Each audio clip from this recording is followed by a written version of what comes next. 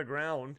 The rules are stacked against you. Look, this is and when Canada does things like this, they're literally shooting themselves in the foot over and over again. With the amount of natural resources that are available right under people's feet in Canada, I'm talking forestry, agriculture, mining, oil and gas. Like, Canada could be an economic powerhouse to the extreme.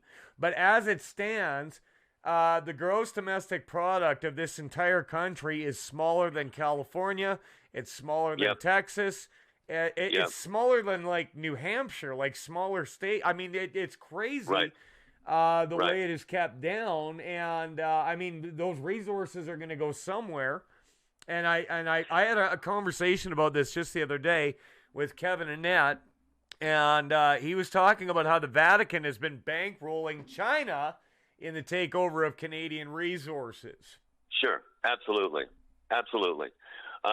Isn't it funny? We're too close to the forest to see the trees.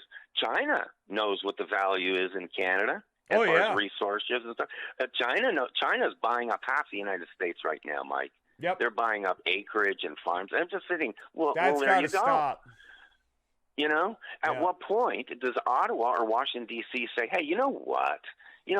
Let's do call it a MAGA for a MAGA or Canada. You give your citizens the first option on real estate. This, for example, there's almost like a libertarian move there, Mike. But you at least." Before China, Russia, there's conglomerates around the world. Before they buy up all our real estate, once you have real estate, you own the place, right? It's all about all wars are about real estate, right? Yep. Seizing territory. Yeah. And so, at what point, Ottawa or Washington D.C., are you going to say, you know what? Let's have a buying spree of Canadians and Americans buying Canadian and American properties, real estate, and let's go from there. We'll be the landlords. And goodness, how can you? I say, how can you look the other way? Yeah. When there's a lot of complacency. There's a lot of complacency, and there has been for a very long time. I used to tell people, look, there's going to come a time when they're going to try to cut you off from your own resources, and even right here in Alberta, people would say to me, that'll never happen. That'll never happen. Right. And, you tell that to the African that's got diamonds under their feet and can barely afford to eat. I mean, it's the same thing, literally. It's sad because it can be fixed. That's and you don't have to go on. And the pendulum doesn't have to swing all the way back. We don't have to go too far right. We don't have to go too far left. Tap into maybe 10, 15% more of your resources right now. You'll probably be energy independent. I mean, do the math. Yep. You don't have to go 100% on anything, but with technology nowadays, what they can do to keep clean air, clean energy, and I've always said, private business is going to do this anyways. They don't need government regulation. Listen to me, I'll ruffle feathers on this. But businesses become smarter and technologically advanced and enviro-friendly because it's good business. I wrote about that in the book.